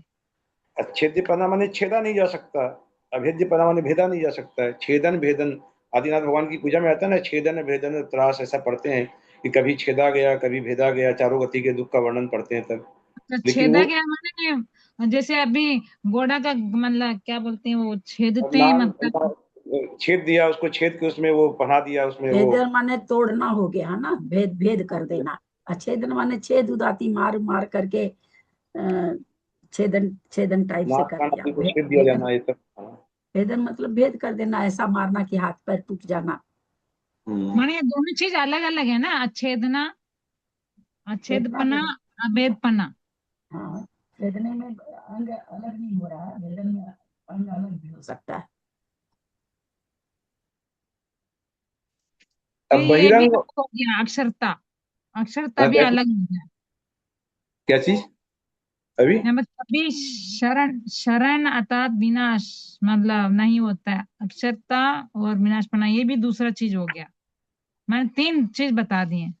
हाँ, अक्षरता नहीं होता, मैंने उसका क्षरण नहीं होता। एक चीज होता है ना क्षरण, माने कि धीरे धीरे क्षर रहा है। जैसे हमारी आयु है, हमारा शरीर है, धीरे धीरे क्षरण को प्राप्त हो रहा है। और एक हाँ, हुआ नाश हो गया, एकदम नष्ट हो गया। तो ये हुआ अक्षरता और अविनाशीपन, कि उसमें क्षरण नहीं है, मतलब उसमें कभी माने। क्षय नहीं होंगे, इसलिए हाँ, अक्षर। अक्षर है। और हाँ, अविनाशीपन है कि वो नाश नहीं हुआ कभी। हाँ, ये दो तीन तीन मीनिंग आ गया यहाँ पर, अच्छेदपना, अभेदपना और अविनाशपन। तीन अविनाशीपना है। तीन तीन बातें आ गई, बिल्कुल सही है। तीन चीज गुण, मतलब गुण है कि क्या चीज बताएंगे? गुण ही था, हाँ, शेष चीज क्या बताए, गुण बता सहस्त्र रहे नाम नहीं तो। पढ़ती हैं कि नहीं आप? हाँ आंटी जी। सहस्त्र नाम पढ़ती हैं कि नहीं? हम्म। नहीं, कैसे भी हिंदी में, और आज का तो क्या क्या निकल गया, किस कैसे भी नहीं पढ़ती हैं। नहीं उसमें पढ़ती हूँ। उसी में सब में आता है। आप तो अभेद्य हैं, आप अच्छेद्य हैं, आप अक्षर भी नाम है भगवान का, अक्षर भी है, ऐसा भी है, अक्षर अक्षर भी नाम। हैं, आप अविनाशी हैं। ये सारे उसमें आते हैं भगवान के बहुत है, नाम। अव्यय है। अव्यय नाम भी आता है भगवान का। तो वहां पर सारे नाम आते हैं। माने इतना नाम है, मतलब अच्छेदपना, मतलब जो भी ये है सब नाम। भगवान के नाम है। हाँ। नाम कह दीजिए, इतना गुण कह दीजिए, जो भी कह दीजिए। हाँ, गुण भी कह गुण दीजिए, से हाँ। तो नाम पड़ता है ना। हाँ, हाँ, गुण के इसलिए आश्रय पूछ से तो उस 3 वस्तु बार का नाम अलग होता है। अलग जगह में अर्थ में आ गया, तो फिर इसलिए पूछ रही थी कि ये अलग अलग गुण हाँ, है। नहीं ठीक है, नहीं सहस्त्रनाम नहीं पढ़ते हैं तो आपकी जिज्ञासा सही है। तो जो कभी न छूटने योग्य और कभी न नष्ट होने योग्य, पहले के शरीर के आकार इसकी मूर्ति रहती है, वही इसकी परम हद है। कि जो शरीर प्रमाण जो बताते हैं कि मुक्त जीवों की जो अवगाहना, जो इसके पहले का जो शरीर था उससे थोड़ा सा कम रहते हैं। ये करें कि पहले के शरीर के कहाँ गया, पहले के शरीर के आकार इसकी मूर्ति रहती है, वही इसकी परम हद है और वही इसकी योग रूपता है। तीनों लोकों के शिखर पर जो इसकी सदा रहने वाली स्थिति है, वही इसका लोकाग्रवास गुण है। और जो समस्त पुरुषार्थों की पूर्णता है, वही इसकी परम सिद्धता है। कि जो सिद्धता है, परम सिद्धता, कि समस्त पुरुषार्थों की पूर्णता, ये मुक्त जीवों की परम सिद्धता है। यहाँ ये पर यहाँ एक और पर क्वेश्चन है, परम हद माने क्या होता है? हद, परम हद। माने जब उसकी जब जो हमने परम। पढ़ा था, जब भी तुमने पुष्पा जी पूछा ही होगा, जब हम पढ़ रहे थे तब भी तो आप पूछती थी ना। अरे कहाँ छूट गया, देख रही थी ना ये तो। हाँ, ये आता हद है नहीं पूछे थे, ये थोड़ा चैप्टर ये थोड़ा हमारा अवगाहना deep है, कर लिया। उसकी वो अवगाहना है ना। आपके कलकत्ता का हदपना कहाँ तक है? आपका कलकत्ता कहाँ तक है? सीमा को हद कहा जाएगा, है ना। है। जहाँ तक आपका कलकत्ता कहलाता है, वो सीमा कहलाएगी, कलकत्ता का हदपना कहलाएगा। फिर ये सिद्ध भगवान का हदपना कहाँ तक है? ऊपर जाने तक, बस उससे आगे तो जाएंगे नहीं। जाएंगे नहीं, हाँ। हाँ, वही सब चीज आ रही है। माने सीमा, हद माने सीमा। हाँ, अलग अलग अब सब जगह आप हद मतलब सीमा लगाएंगे तो नहीं होगा। में यहाँ दीदी लिखा है कि पहले के शरीर के आकार इसकी मूर्ति रहती है, वही इसकी परम हद है। हाँ हाँ, कि उससे आगे आगे पीछे तो वही देशों की हमने जो कलकत्ता की सीमा वही तो बताया ना, कि कलकत्ता की सीमा, कलकत्ता की जो से कलकत्ता की हद है। शरीर की सीमा शरीर की हद है। शरीर की 5 फुट हद है। 5 इंच के हैं, वही हम्म। उनकी। अब वो उससे आगे नहीं निकलेंगे कि भाई मुक्त हो शरीर गए की तो। अवधारणा जितना है उतना ही है। हाँ, अब ऐसा नहीं कि 5 फीट के थे तो 10 फीट हो गया, ऐसा नहीं है, वही उनकी हद है। थोड़ा सा हिंदी कम जानती है ना, इसलिए भी चलिए जब पढ़ाते हैं तब क्यों नहीं पूछती है, कितना टाइम हो रहा है अभी से? आगे पीछे हो गया, वो पहले तो ऊपर पढ़ा रहे थे, फिर हम पूछे, जब तक तो दूसरा लाइन में चले गए, वो कहाँ खोज रही हूँ, फिर आधा से ज्यादा बाकी है, अभी काफी लंबा बाकी है अभी। तो इस प्रकार जो इन ज्ञान आदि समस्त गुणों से अलंकृत है, उस कृतकृत्य हुए मुक्त जीव को अन्य द्रव्यों की प्राप्ति से क्या प्रयोजन है, अर्थात कुछ भी नहीं है। इस संसारी जीव के उदाहरण से यह सिद्ध होता है कि यह आत्मा ही परमात्मा हो जाता है। कि जो उदाहरण दिया कि वही संसारी जीव था, किसी समय में वह नाना प्रकार के सुखों में ही वह नाना प्रकार के इंद्रिय जनित सुख जो है उन्हीं में वह प्रसन्नता का अनुभव करता था, और वही जब मुक्त हो जाता है तो उसके रूप का भी वर्णन किया। तो ये यहाँ पर कहा कि इससे सिद्ध होता है कि आत्मा ही परमात्मा हो जाता है। और इस तरह जिसने सब परंपरा देख ली है, जो अन्य मतों में युक्तियों से दुष्टता का चिंतन करता है, वही सब क्षत्रियों में श्रेष्ठ कहलाता है। क्षत्रिय को चाहिए कि वह अपनी जागृत बुद्धि को अन्य दिशाओं अर्थात अन्य मतों से हटाकर समीचीन मार्ग में लगाता हुआ उसकी रक्षा करे। ये इस प्रकार बुद्धि की रक्षा का यहाँ पर वर्णन हुआ कि बुद्धि की रक्षा को किस प्रकार करे कि अन्य मतियों में न लगाकर वह समीचीन मार्ग में लगाए। और इस लोक तथा परलोक संबंधी अपायों से आत्मा की रक्षा करना, अब अपनी आत्मा की रक्षा करना ये भी क्षत्रिय का कर्तव्य है कि इस लोक संबंधी और परलोक संबंधी जो भी विपत्तियां आ सकती हैं, आत्मा को झेलनी पड़ सकती हैं, उनसे आत्मा की रक्षा करना ये आत्मा का पालन कहलाता है। कि विष शस्त्र आदि अपायों से अर्थात विपत्तियों से अपनी रक्षा करना ही जिसका लक्षण है। ऐसे उपायों से होने वाली रक्षा तो सभी जानते हैं, विद्वान पुरुष क्या सब होता जानते है हैं। अपायों से? अपायों माने? अपायों माने जिससे अपना नुकसान हो सकता है, कुछ विपत्ति जिससे हो सकती है, विपत्ति आ सकती है, जिसे अपाय कहते हैं। तो अब परलोक संबंधी अपायों से होने वाली रक्षा की विधि कहते हैं कि भाई लोक संबंधी अपाय तो क्या है कि विष शस्त्र आदि को विष दे दिया, शस्त्र दे दिया, तो उस ये तो लोक संबंधी है। और परलोक संबंधी अपाय क्या हो सकते हैं, ये बता रहे हैं कि परलोक संबंधी अपायों से बचने का उपाय क्या है। धर्म के द्वारा ये रक्षा हो सकती है कि धर्म ही सभी आपत्तियों का प्रतिकार है, सभी विपत्तियों का प्रतिकार है। धर्म ही अपायों से रक्षा करता है, धर्म ही मनचाहा फल देने वाला है, धर्म ही परलोक में कल्याण करने वाला है, और धर्म से ही इस लोक में आनंद प्राप्त होता है। इसलिए धर्म में एक चित्त होकर भविष्य काल में आने वाली विपत्तियों का प्रतिकार करना चाहिए, क्योंकि ऐसा करने से आत्मा की दूसरे भाव में विपत्ति से रक्षा हो सकती है। कि धर्म हमारे भाव में हमारा साथ देता है, धर्म ही सच्चा साथी है, तो परलोक में हम किसी विपत्ति में न पड़े, आत्मा किसी विपत्ति में न पड़े, इसके लिए क्षत्रिय का ये कर्तव्य बताया कि इस लोक में वह धर्म का सहारा ले, धर्म का की शरण ले, ताकि परलोक में विपत्तियों से रक्षा हो सके। जिस राज्य के लिए पुत्र तथा सगे भाई भी शत्रुता करते हैं, राज्य के लिए पुत्र भी बैरी हो जाते हैं, भाई भाई दुश्मन हो जाते हैं, और जिसमें बहुत अपाय हैं, ऐसा यह राज्य बुद्धिमान पुरुषों को अवश्य छोड़ देना चाहिए। ऐसा उपदेश दे रहे हैं भरत महाराज, इस राज्य को छोड़ देना चाहिए। परलोक का उपाय क्या है? हाँ हाँ दीदी। इन लोग से पूछ रहे हैं परलोक का उपाय क्या है?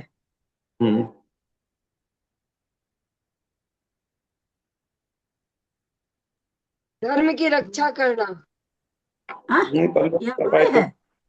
परलोक का अपाय उपाय क्या है? पूछ रहे हैं ना आप? बताइए। परलोक का अपाय माने क्या है? अपाय का मीनिंग उपाय क्या माने होता है? विपत्ति, विपत्ति। हाँ, तो परलोक की विपत्ति क्या है? तो हम पूछे तो आप क्या बोले? धर्म की रक्षा करना। खोटी हैं? गतियों में नहीं अच्छा जाना। विपत्ति क्या एक है? हाँ, एक विपत्ति, हाँ विपत्ति। अरे बड़ा कंफ्यूज हो रही है। खोटी गतियों में नहीं जाने का के लिए अभी से पुरुषार्थ करना कि हम खोटी गतियों में नहीं जाएं, यही परलोक हाँ में है। हाँ हाँ। चारों गति में है विपत्ति। चारों हाँ गति में हाँ विपत्ति है, एक गति में थोड़ी है। स्वर्ग जाने से उकिल विषक देव देव बन करके प्रति समय है ना संक्लेशित होते भोगों रहे। में रहता है। भवंतरिक में भोग नहीं बाबा, भोग तो खैर अच्छी चीज है, वहां पर भोग है ही है, कोई वहां पर अपने मनमानी थोड़ी हो, जो भोग है सो है। लेकिन किल विषक देव बन गए, भवंतरिक देव बन गए, एक दूसरे का देख देख के कितना बाप रे मानसिक दुख है, कितना मानसिक दुख है, ना शारीरिक दुख है, ना रोग का दुख है, न वंश परंपरा का दुख है, लेकिन मानसिक दुख कितना है। तो चारों गति में ही दुख है, कोई गति नहीं बन, बाकी तो तीन गति सम्यक समझ दर्शन में की आती है, प्राप्ति हो हमें, देव गति नहीं समझ में आती है। सम्यक हाँ दर्शन पूर्वक जाए तो ये सम्यक दर्शन पूर्वक यदि जाए तो वो अपायों से रक्षा उससे हो सकती है। हाँ, तो इसलिए चारों गति परलोक संबंधी सीधे परलोक लिख दिया तो हम ये यहाँ पर बताना चाह रहे थे, परलोक में चारों गति आ गई। हम लोग के दिमाग में रहता है ना कि नहीं स्वर्ग में गए तो सुख में गए हैं, हाँ, ऐसा नहीं है। वो कहना चाह रहे। अगर वैसा रहता तो फिर वहां परलोक नहीं लिख करके तीन गति लिखा रहता कि तीन गति में जाने, तीन गति के अपायों से बचना चाहिए, ऐसे रहता वहां पर। ऐसा यहाँ नहीं पे लिखा, सीधा परलोक लिख दिया। आंटी जी तो एक लाइन और समझाए ना, इस श्लोक संबंधी अपायों से होने वाली रक्षा तो विद्वान पुरुषों को विदित ही है। विदित ही है माने क्या होता है? विदित माने नहीं मालूम नहीं, ही ये है, आप तो पूरा पढ़ेंगे तब आंटी जी को समझ में आएगा ना। ये पूरी लाइन पढ़िए कि ठीक है, यहाँ मालूम ही है, वो ठीक है, वो विदित कुछ है। विष्ट आदि जो अपायों से अपनी रक्षा करने का जो लक्षण है, ये तो सब जानते हैं कि विष सब शस्त्र आदि से विदित रक्षा कैसे माने की जाती जानना, मालूम होना है ना। बोले इस है, ऐसा लोक होता है। में जो जितना भी अपने लोग को दुख मिलता है तो उससे बचने का उपाय तो विद्वान लोगों को भाई, छोटे मोटे विद्वान लोगों को तो मालूम ही है ना भाई कि कैसे कैसे दुखों से बचा जा सकता है, तो वो करे विदित ही है, मतलब मालूम ही है। ठीक। लेकिन परलोक से उपाय संबंधी उपायों से रक्षा की विधि बताया कि धर्म का सहारा लेना, जो कि हाँ तो अब यहाँ पर राज्य को भी कहा कि ये राज्य जो है, राज्य के कारण भाई भाई में, पुत्र में भी वैर हो जाता है, पिता पुत्र में भी, तो इस राज्य का त्याग करना चाहिए। फिर आगे कहते हैं विद्वान पुरुषों को अपथ्य औषधि के समान इस राज्य का त्याग कर देना चाहिए और पथ्य भोजन के समान तप ग्रहण करना चाहिए। ये राज्य क्या है? अपथ्य औषधि, अपथ्य जिससे कि जो पचता नहीं है, अजीर्ण हो जाता है जिससे, वे अपथ्य औषधि है। और तप को बताया पथ्य भोजन, तो ये पथ्य जो भोजन है जिसको खाकर शरीर, जिसका भोजन करके जिस प्रकार शरीर हृष्ट पुष्ट होता है, वैसे ही पथ्य भोजन रूपी तप जो है, इसे विद्वान लोगों को स्वीकार करना चाहिए। इसलिए कौन यदि बोल रहे हैं काल ये? को कौन बोल रहे हैं ये? इन लोग को बोलने दीजिएगा भाई साहब, कौन बोल भरत रहे हैं जी ये? बता रहे हैं ना। भरत जी, सारा भारत जी, राज्य जीत कर चक्रवर्ती पन्ना प्राप्त करके 96,000 पटरानी प्राप्त करके 6 खंड के मालिक बन के, है ना, नाभि की उस पर वृषभगिरी पर नाम लिख के, आज उनको क्या प्रतीत हो रहा है कि ये सब अपथ्य है। सब कुछ करने के बाद में उनको ये ज्ञान हो रहा है कि तो सारा अपथ्य है, अजीर्ण है। कोई जान पा रहे हैं ठीक बात है। बहुत सुंदर है। तो अ, यदि काल अब को जानने वाला निमित्त थोड़े थोड़े ज्ञान, सुख में हम लोग कितने खुशी रहते हैं कि हाँ हमने तो ये भोगा, हमने तो ये किया, हमने तो ये किया, हम वहां वो करके आए, हम वहां घूम के आए, हम उस विदेश जाके आए। और भरत चक्रवर्ती क्या कह रहे हैं देखिए। क्या कह रहे हैं कि राज्य का त्याग कर देना चाहिए, या इससे पथ्य बेसी औषधि सुख है तो ये किसी राज्य। को संसार में हो ही नहीं सकता। हम्म। चक्रवर्ती के जितना सुख तो उसमें भी भरत जी का कहना ही क्या। एक तो ऐसे ही चक्रवर्ती होता है, ये तो भैया तीर्थंकर के पुत्र है, कितने कितने पूरा खानदानी इनका, तो ये वो जीव ऐसी बात कह रहा है। फिर आगे कहते हैं कि यदि कोई काल को जानने वाला निमित्त ज्ञानी, बहुत से निमित्त ज्ञानी जो होते हैं वो बता देते हैं भाई आपका आगे का क्या होने वाला है, तो ऐसा निमित्त ज्ञानी अपने जीवन का अंत समय बतला दे यदि, या अपने आप उसका निर्णय हो जाए, तो बुद्धिमान क्षत्रिय को चाहिए कि वह उस समय से शरीर परित्याग की बुद्धि धारण करे, अर्थात सरलेखना धारण करने में बुद्धि लगाए, क्योंकि वो भी त्याग ही पहले परम से धर्म। वो भी पहले से बंधा होगा पुण्य वैसा, तब नहीं तो तभी बुद्धि प्राप्त विपरीत कर हो सकता जाती है, कि है। बुद्धि विपरीत हो जाती है, बुद्धि विपरीत हो जाती है फिर। विपरीत हो जाती है। हम्म। क्योंकि त्याग ही परम धर्म है, त्याग ही परम तप है, त्याग से ही इस लोक में कीर्ति प्राप्त होती है और त्याग से ही परलोक में महान ऐश्वर्य प्राप्त होता है। इस प्रकार जिसने गुरु की साक्षी पूर्वक शरीर और आहार का त्याग कर दिया, अर्थात ऐसे महात्मा पुरुष को इष्ट सिद्धि परिसहों के विजय करने के अधीन होती है, अर्थात जो परिसह सहन करता है उसी के इष्ट की सिद्धि होती है। जिसका पहले कभी चिंतन नहीं किया था, ऐसे सम्यक्त आदि का चिंतन करता हूँ। कि जिसका कभी पहले चिंतन नहीं किया था, सम्यक का चिंतन तो कभी किया नहीं आत्मा ने, जीव ने, तो कहते उसका अब चिंतन करता हूँ। और जिसका पहले चिंतन किया था, अनादिकाल से चिंतन करते आया हूँ, ऐसे मिथ्यात्व आदि का चिंतन नहीं करना। इस प्रकार के भावों से तत्वों की भावना का चिंतन करना चाहिए कि जो पहले कभी नहीं किया उसका चिंतन करता हूँ, और जो करता आया हूँ बराबर से उसका त्याग करता हूँ।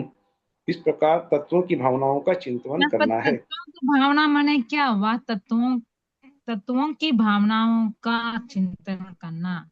भावना, तत्वों की भावना कौन सी हुई? तत्व कौन है? कौन से तत्व कौन से हैं? जीव है, जीव वही तो है। हाँ सात हाँ, तो में उन्हीं की भावना करना कि ये शरीर अजीब है, जो भी है उन तत्वों की भावना भाना। ये जीव है, ये जीव है, वास्तव है, बंध जीव है, अजीव नहीं निर्जरा हो है। सकता है, अजीव जीव नहीं हो सकता है, यही भावना है ना। अरे जितना भी चिंतन कर लो, एक लाइन पर इतनी सी सोच के वो थोड़ी अपनी समाधि 2 दिन 4 दिन 10 दिन अगर किसी की चल रही तो वो इतना सोच के निकालेगा क्या? 10 दिन सोचेगा, जीव पर सोचता चला जाएगा, क्या क्या अजीव के साथ मिलकर के क्या क्या जीव कर लेता है, ये सब चिंतन करेगा। और क्या? तत्वों का चिंतन करना मतलब जो सार बात है उसका चिंतन करना। होता है ये सब तत्व चिंतन मतलब तो सार चीजों का। बहुत व्यापक है। हाँ, बहुत व्यापक है, तत्वों का चिंतन बहुत व्यापक शब्द है। व्यापक माने विशाल है, बहुत विस्तृत है, भास्ट है, अंग्रेजी में बोलते हैं भास्ट है बहुत है।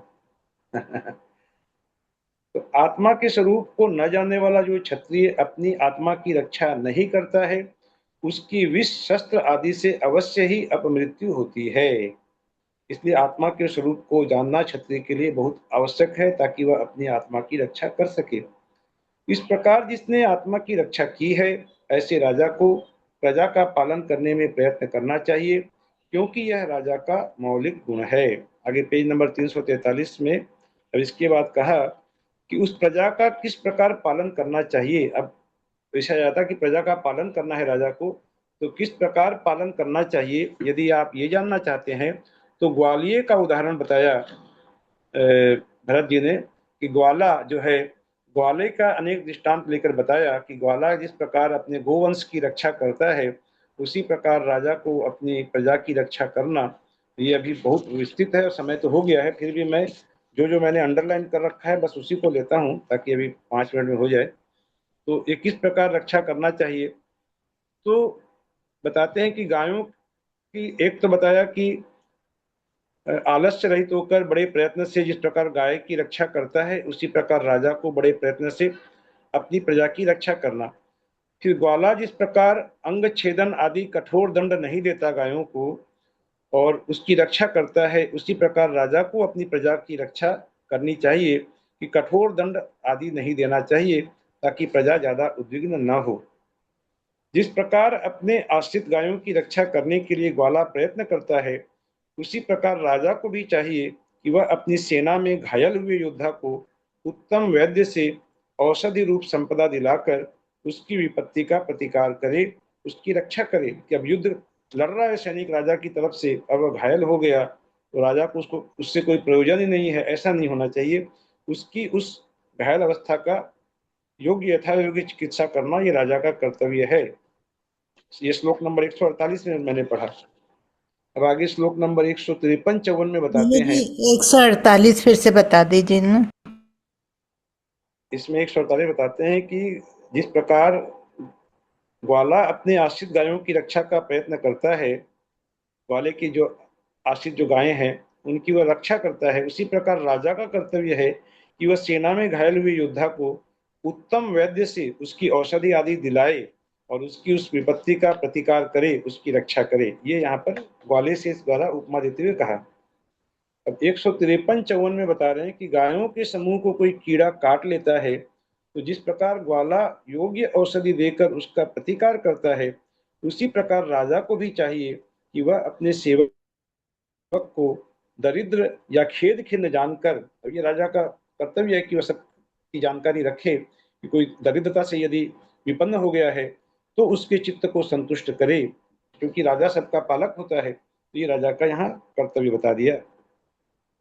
आगे 345 नंबर पेज में हम चलते हैं कि यहाँ बता रहे हैं कि 344 की लास्ट लाइन लेते हैं कि जिस प्रकार ग्वाला अपने पशुओं के समूह को कांटे और पत्थरों से रहित, शीत और गर्मी आदि की बाधा से शून्य वन में चराता हुआ बड़े प्रयत्न से उसका पालन पोषण करता है, उसी प्रकार राजा को भी अपने सेवक लोगों को किसी उपद्रवहीन स्थान में रखकर उनकी रक्षा करनी चाहिए।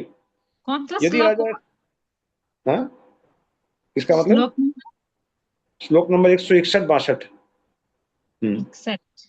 हाँ, इसके आगे पढ़ रहे हैं कि राजा यदि ऐसा नहीं करेगा तो चोर डाकू आदि समीपवर्ती लोग उन सेवकों को पीड़ा देने लगेंगे, इसलिए उनसे चोर डाकू आदि से रक्षा करना ये राजा का यहाँ कर्तव्य बताया। आगे 174 नंबर श्लोक में कहते हैं, एकदम नीचे की लाइन है, लास्ट लाइन, कि जिस प्रकार ग्वाला रात्रि के प्रहर मात्र शेष रहने पर उठकर जहां बहुत सा घास और पानी होता है, ऐसे किसी योग्य स्थान में गाय को बड़े प्रयत्न से चराता है। एकदम जब रात्रि का प्रहर मात्र जब शेष रहता है, या जिसे गोधूली बेला कह सकते हैं, ऐसे समय में जब वह बड़े प्रयत्न से चराता है और सवेरे सवेरे वापस लाकर बछड़े के पानी से बचे हुए दूध को मक्खन आदि प्राप्त करने की इच्छा से दूह लेता है, उसी प्रकार राजा को भी आलस्य रहित होकर अपने अधीन ग्रामों में बीज आदि देकर ऐसे साधनों से किसानों से खेती करानी चाहिए कि उनकी आजीविका का इस प्रकार प्रबंध करना ये भी राजा का कर्तव्य होता है।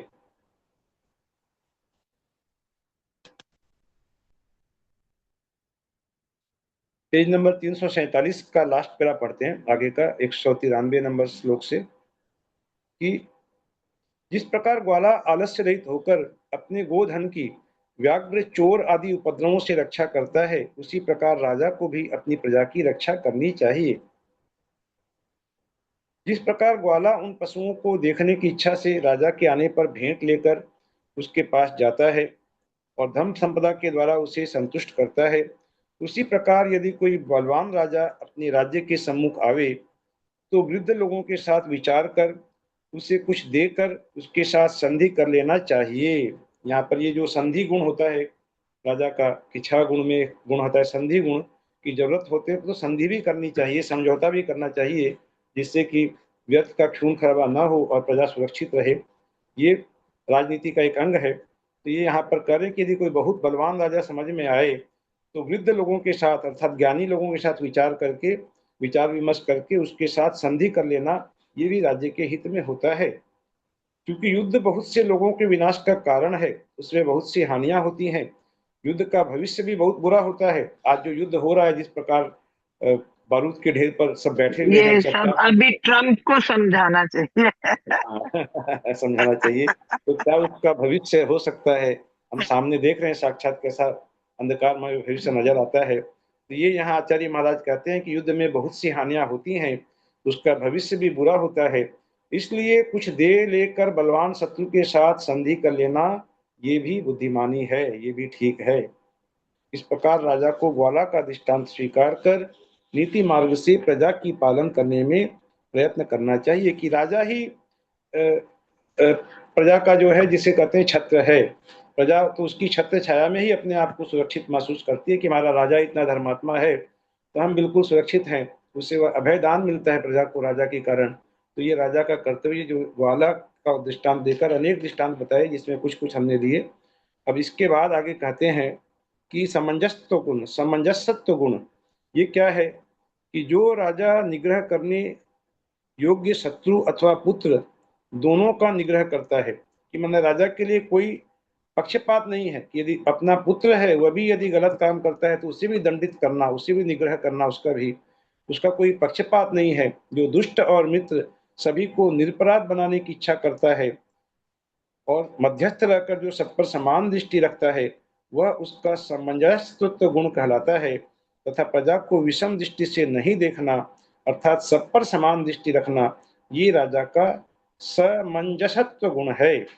इस गुण से ही राजा को न्याय पूर्वक आजीविका करने वाले शिष्ट पुरुषों का पालन और अपराध करने वाले दुष्ट पुरुषों का निग्रह करना चाहिए, कि राजा को कभी भी पक्षपात नहीं करना चाहिए। और बहुत जगह पुराणों में आया है कि अपने पुत्र को भी राजा ने दंडित किया, हम लोगों ने पढ़ा है। तो ये यहाँ पर इस प्रकार कहा। तो ये और अंत कौन में सा सामंजस्य गुण है क्या?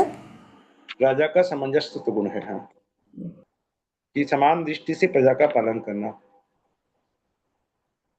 इस प्रकार भरत जी ने जिसका अच्छी तरह प्रतिपादन किया है, ऐसे सबका हित करने वाले क्षत्रियों के उत्कृष्ट धर्म को स्वीकार कर राजा लोग प्रसन्न होकर अपने अपने आचरणों का पालन करने लगे। अब राजाओं को ये उपदेश दिया, क्षत्रियों को उपदेश दिया भरत जी ने, तो ये सभी बहुत प्रसन्न हुए सभा में, और सब अपने अपने आचरण जैसा उपदेश दिया गया था उनको वैसा पालन करने लगे।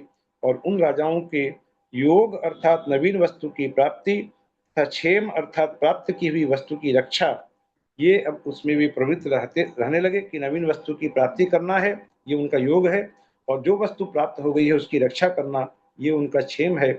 इसमें प्रवृत्त रहने पर अपना हित चाहने वाले सब वर्णाश्रम के लोग अपने अपने मार्ग में स्थिर रहकर धर्म उत्सव करते हुए संतोष धारण करने लगे। जो नियमित रूप से प्रतिदिन जिनेंद्र भगवान की पूजा करता है, जो प्रतिदिन याचकों के समूह को संतुष्ट करता है, पृथ्वी पर झुके हुए मुकुटों से सुशोभित रहने वाले राजा लोग जिसकी निरंतर सेवा करते हैं, और जो हिमवान पर्वत से लेकर समुद्र पर्यंत की शत्रु रहित समस्त पृथ्वी का पालन करता है, ऐसा वह सम्राट भरत अपनी इच्छानुसार क्रीड़ाओं के द्वारा 10 प्रकार के उत्तम भोगों को उपभोग करता था। इस प्रकार भरत जी की वर्णाश्रम की रीति का प्रतिपादन करने वाला 42वां पर्व समाप्त हुआ। बोलो देवादिदेव आदिनाथ भगवान की जय।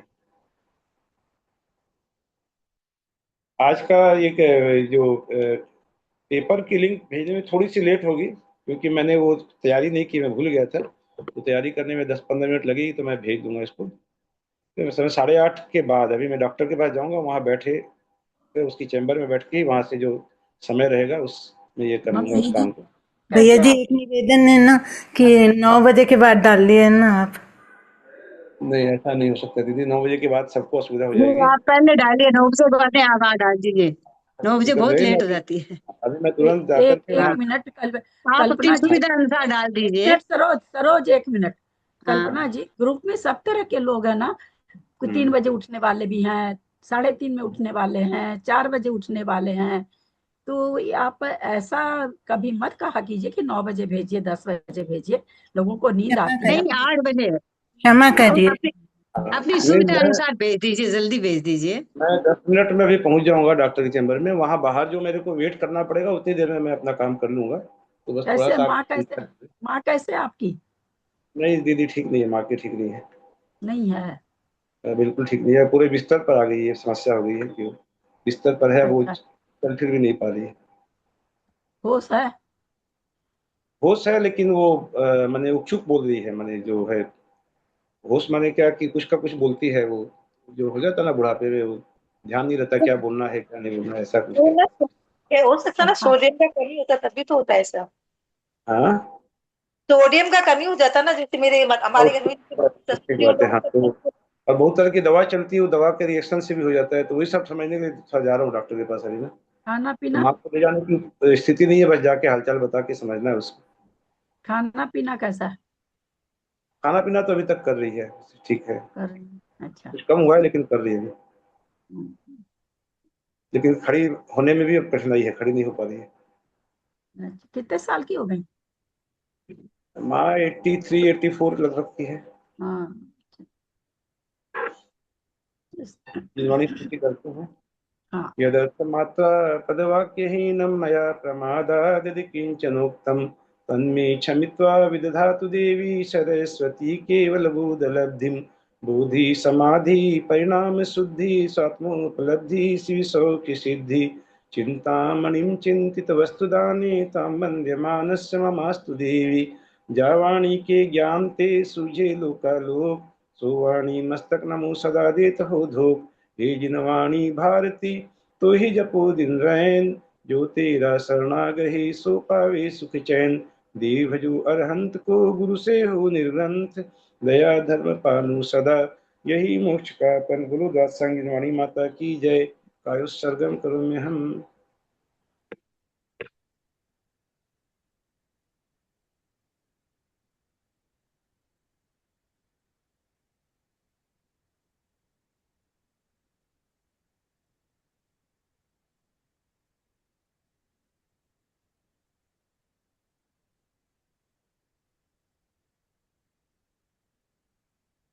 प्रतिमाधारी को वंदना, बड़ों का सादर चरण स्पर्श, सभी से सादर जय जिनेन्द्र। अंजना जी को वंदना, बड़ों का सादर प्रणाम। जय जयेंद्र, सबको भाभी जय को प्रणाम, भाभी को प्रणाम, प्रतिधारी को वंदना, बाकी सभी को जय। सभी को वंदना, बड़ों को बड़ों प्रणाम, सादर सबको जय चरण, जिनेन्द्र।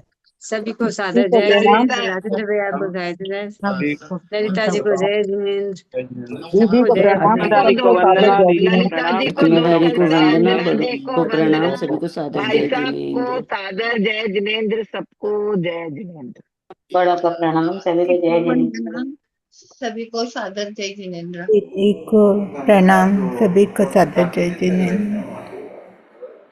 हम आपको आगे भी बोलते थे, आप लोग सब पूछते हैं पूरा अदिति तक, आप कल्पना जी, पूछते नहीं हम कितना। गौरा कल्पना, के एक एक वर्ड पूछते हो। कल्पना जी आप बुरा मत मानिएगा, है ना, क्योंकि दीदी दीदी मुझे क्षमा करिए, मैंने तो वो भक्तांबर आपके पाठ नहीं ध्यान रहता आपको, उसमें कोई बात नहीं, क्योंकि ग्रुप में नहीं लोग अब अभी से जैसे जो नहीं बड़े नहीं, मेरे उम्र को के असल में ध्यान नहीं रहा एकदम। मेरे को भक्तांबर वो मंदिर में अभी आप 7:45 कोई से खाना शुरू खा हो गया। लेते हैं, अब क्या करिए, अब बैठे रहेंगे 1 घंटा, नहीं तो नहीं नहीं बहुत नहीं नहीं, कोई बात नहीं, मैं क्षमा मांगती हूँ आपसे। मेरे को ऐसा नहीं कहना चाहिए था। मैं अभी मंदिर में भक्तांबर के लिए जाना था, भक्तांबर स्तोत्र का पाठ हो रहा है, इसलिए मेरे मुंह से ऐसा निकल गया, मुझे क्षमा करिए। भक्तांबर नहीं है, भक्तामर है, हाँ भक्तांबर नहीं। हाँ, भक्तांबर, हाँ भक्तांबर। क्षमा करिए, फिर से मैं क्षमा मांगती हूँ आपसे। क्या चीज, सुमन कुछ बोल रही थी क्या? एंड कर रहे हैं। सबको परीक्षा के लिए बेस्ट ऑफ लक।